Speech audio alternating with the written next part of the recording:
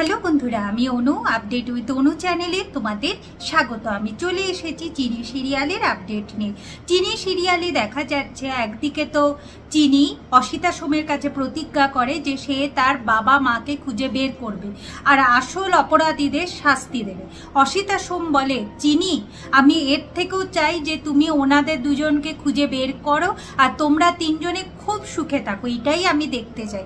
চিনি এরপর যে আমাকে বেরোতে হবে, তোমাকে চলো আমি পৌঁছে দিই। চিনি বলে, আমাকে আপনি বাস স্ট্যান্ড অবধি পৌঁছে দেন, আমি ওখান থেকে বাস ধরে চলে যাব। এখন তাই হয়েছে, চিনিকে বাস স্ট্যান্ড অবধি পৌঁছে দেওয়া হয়েছে।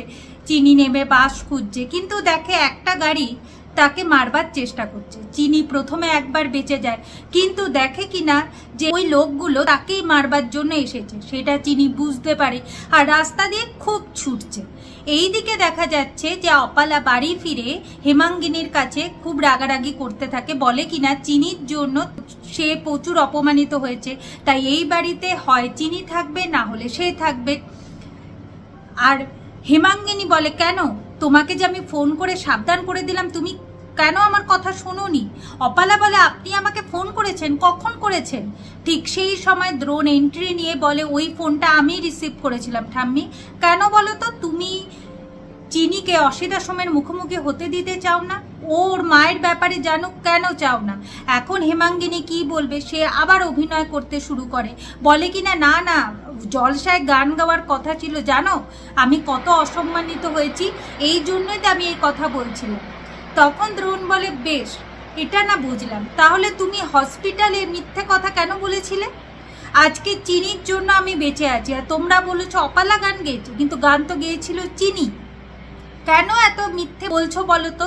অপালা কিছু বলতে গেলে দ্রোণ বলে যে আপনি নিজে মিথ্যাচার করেছেন, অন্যের ক্রেডিট নিতে চাইছেন, এইটা কি আপনি ঠিক করেছেন? যে কাজটা ঠিক করেননি তাহলে এত চিৎকার করে করে কথা বলছেন কেন? আপনাকে এটা মানায় না। শুনুন, তাড়াতাড়ি আপনি অসিতা সোম ম্যাডামের ফোন নাম্বারটা দিন তো, আমাকে কথা বলতে হবে। অপালা ফোন নাম্বার দিতে চাইছিল না।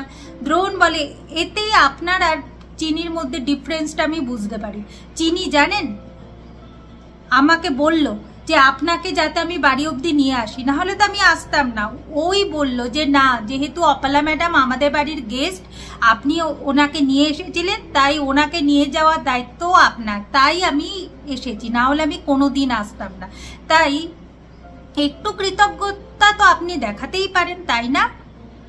এরপর অপালা ভাবে, দ্রোণের চোখে তো আমি অনেক নিচে নেমে গেছি, তাই এটা নিয়ে বাড়াবাড়ি করা আর চলবে না, আমি বরঞ্চ নাম্বারটা দিয়ে দিই। এরপর তো অপালা দ্রোণকে ফোন নাম্বারটা দিয়ে দেয় অসিতা ম্যাডাম। এরপর দ্রোণ অসিতা ম্যাডামকে ফোন করে, অসিতা ম্যাডামকে ফোন করে জানতে পারে যে চিনি বেরিয়ে গেছে। দ্রোণ বলে, চিনি বিপদে পড়তে পারে, অনেক রাত হয়েছে, আমি চিনিকে ফিরিয়ে নিয়ে আসি। হেমাঙ্গিনী পড়ে গেছে বড় জ্বালায়, সে এখন বারবার করে গুন্ডাদের ফোন করে জানতে চাইছে যে তারা চিনিকে মারতে পেরেছে কিনা। তারা বলে যে চিনি খুব চালাক মেয়ে, তাই সে একটা মন্দিরে প্রবেশ করেছে, তাই মন্দির থেকে যতক্ষণ না বেরোচ্ছে আমরা কিচ্ছু করতে পারবো না। এখন তো চিনি মন্দিরে ঢুকে গেছে, মন্দিরে ঢুকে ঠাকুরের কাছে প্রার্থনা করছে যাতে ঠাকুর তাকে বাঁচায়। কিছুতেই সে আর মন্দির থেকে বেরোচ্ছে না, কারণ ও বুঝে গেছে যে তাকেই মারবার প্ল্যান করা হয়েছে। আগামী পর্বে দেখা যাচ্ছে দ্রোণ এইদিকে চিনিকে খুঁজে বেড়াচ্ছে, হেমাঙ্গিনী গুন্ডাদের ফোন করে বলছে, কি হলো, কাজটা এখনো শেষ করতে পারলে না? তারা বলছে মন্দির থেকে তো এখনো বেরোচ্ছে না মেয়েটা, কি করে শেষ করব? এখন হেমাঙ্গিনী বলে, আর আধ ঘন্টা সময় দিলাম, আধ ঘন্টার মধ্যে তোমাদেরকে খবর দিতে হবে।